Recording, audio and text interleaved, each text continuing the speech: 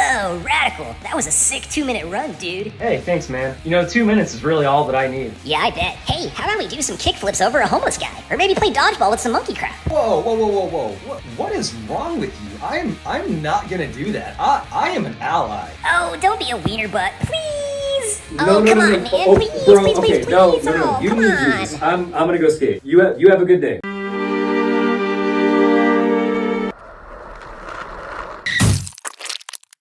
(2002) was certainly a time, and a much simpler one at that. I mean, just check out the ads in this manual. Also, big shout out to the little shit who drew all of the mustaches on these pro skaters. And god damn, our fine feathered friend the Birdman sure was handsome. Now, this isn't my original copy, but Tony Hawk's Pro Skater 4 has the distinction of being my very first Xbox game. Thanks, Padre. So you can imagine my excitement when this re-release was finally announced. Now, for some context, I have played Tony Hawk's Pro Skater 1, 2, and 4. Hell, I even won a Tony Hawk's Pro Skater 1 tournament in college, but for whatever reason, I missed out on Tony Hawk's Pro Skater 3. I know. So for today, we won't be looking at that particular half of this latest release. To be clear, I'm not making this video to shit on this new game. In fact, I like it overall, but I just wanted to rant about a few things that I haven't heard anyone else talk about just yet. At a glance, it's definitely safe to say that Tony Hawk's Pro Skater 3 and 4 features some of the best looking versions of the levels that we grew up cherishing. It's pretty obvious to me that a lot of love went into both the game's mechanics and the level design. Perhaps this is somewhat of a generalization. However, if you take a quick look at Reddit, it seems like people are pretty excited about the remake of 3 and couldn't be more divided about the remake of 4, myself included. This is in large part due to the fact that they've made many questionable design choices here, like turning career mode into 2-minute runs versus the original style that let you free roam. The fact that they've dramatically altered and/or outright excluded certain levels, the soundtrack's glaring omissions, or a very lackluster character creator. Not that the series was ever well known for this feature.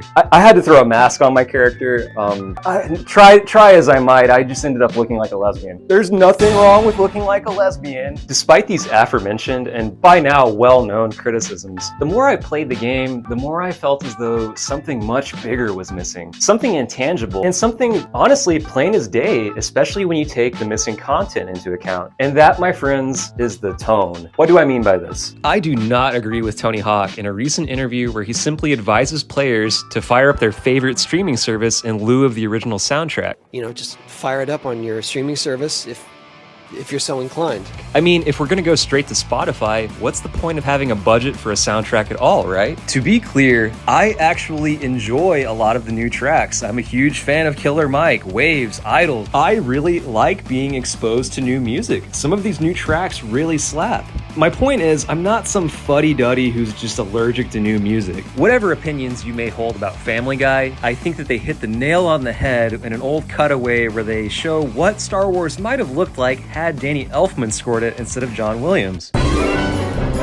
See my point? Sure, thematically these songs may actually work, and they're not bad songs. This isn't a statement on the quality of the music. You just can't mess with a classic. This change of tone is so palpable, and it actually bleeds into the gameplay itself. Speaking of blood, how is there no blood in this version of the game? We had it over 20 years ago. That's just scratching the surface. What about playing tennis, playing baseball, skitching on the back of an elephant, dodging monkey shit, betting on fights, just to name a few? In the absence of these mini-games, what we actually got feels like a prototype of Tony Hawk's Pro Skater 4. It feels incomplete. It feels like we live in some alternate universe where they stayed on the same trajectory of Tony Hawk's Pro Skater 3 and simply made a sequel to that game, while ignoring what made Tony Hawk's Pro Skater 4 so revolutionary. Simply put, the omission of these little Easter eggs and mini-games, in my mind, is criminal. What was once a game that conveyed an air of rebelliousness, a certain explosiveness, a certain I don't give a fuckness that defined a generation of kids that grew up watching Jackass is just gone, and it feels sterile by comparison. Now, do I think that animal cruelty is cool or that homeless people should be used as skating props? Of course not. It's probably better that the developers shy away from those things in the future. However, we're talking about a cherished game from over 20 years ago. If you look at this game as a remake rather than a remaster, you might be a little less disappointed. Whether or not these changes were due to budgetary or cultural concerns is debatable, but this feels a lot like a case of Greedo shot first, and in this case, it feels like the developers just changed the content to better fit the times. Perhaps they could have rectified this somehow by including a disclaimer of some kind of like Whitest Kids You Know did when they started reposting their old skits on their new YouTube channel. In my view, keeping questionable content in the game isn't condoning it, it's just celebrating what was. It's satire, it's no different than the antics of GTA or Saints Row. It's just supposed to be fun. Honoring where society is at today and respecting a work of art as it was originally shown are not mutually exclusive. And lastly, I think that one of the greatest detriments to the tone of this game is the use of in-game advertising. Don't get me wrong, I understand that it's a necessary evil for developers to pay the bills and that in-game ads can actually make in-game environments a bit more realistic. However, it's a bit ironic that in working on a legacy title, the very licensing issues that prevented the developers from using the original songs, it's just bound to happen again. What happens if this game gets a re-release on the PlayStation 10 in the year 2050? Are we gonna have to completely swap in-game assets and the soundtrack yet a third time? Look at what happened to Crazy Taxi when they re-released it. They had to completely swap all of the KFC and Pizza Hut locations in addition to the entire soundtrack. In-game advertisements always have an expiration date, and worse yet, they leave developers and game preservationists at the mercy of corporations who decide whether or not they want their likeness to continue appearing in the games. And above all else, in-game ads just cheapen the experience in my eyes. I guess nothing says punk rock like Monster Energy Drink or Tony the Tiger or Taco Bell, right?